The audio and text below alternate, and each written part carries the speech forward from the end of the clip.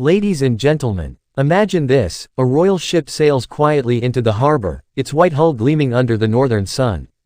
On board are King Frederick and Queen Mary, and today, they aren't stepping into palaces or grand halls. No, today, they've come to a small Danish island where sea eagles soar, salt fills the air, and history lives in every rooftop. Welcome to Liso. Now, this royal day began in the wild heart of Liso, a place called Rønne. It's one of Denmark's largest marsh and wade sea areas, stretching out in a mix of tidal flats, tiny islets, and shallow waters. It's a haven for birdlife, flora, and fauna. And here's the magical part: while touring with local guides, the Majesties actually spotted a sea eagle, wings wide, gliding across the marshland. A powerful reminder of the raw nature Denmark works hard to protect. You could feel the significance of that moment: royalty, nature, and heritage all coming together in one glance at the sky. From the wilderness, the royal couple moved on to something much more down to earth, yet just as vital to the island's identity: salt. At Liso Saltsaderi, the king and queen were shown the centuries-old craft of salt production.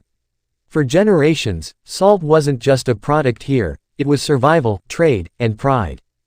But this wasn't only a history lesson. The royals met schoolchildren spending the day learning about salt, its chemistry, its history, and its future.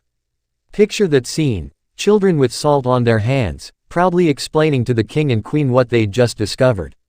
It's a perfect blend of past, present, and the promise of tomorrow. In the afternoon, the visit shifted to Liso Museumsgård, a living time capsule. The farm is famous for its roofs made of seaweed planks, an ingenious tradition born out of necessity centuries ago. With little wood available, islanders used what the sea gave them: eelgrass, weaving it into thick, durable coverings that have lasted for generations. As the king and queen toured the farmstead, they weren't just seeing a house. They were stepping into a story of resilience, creativity, and culture shaped by the sea itself.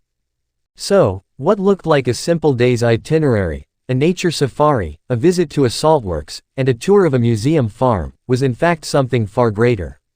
It was a journey into the very soul of Liso. King Frederick and Queen Mary didn't just come to wave, smile, and leave. They came to connect. To show that Denmark's strength lies not just in its castles and cities, but in its islands, its traditions, its schoolchildren, and even in the wings of a sea eagle over the flats. And that's why this royal visit matters, because it wasn't only about the past, or the present, but about carrying these stories forward into the future. Thanks for watching. Please like, share and subscribe my channel.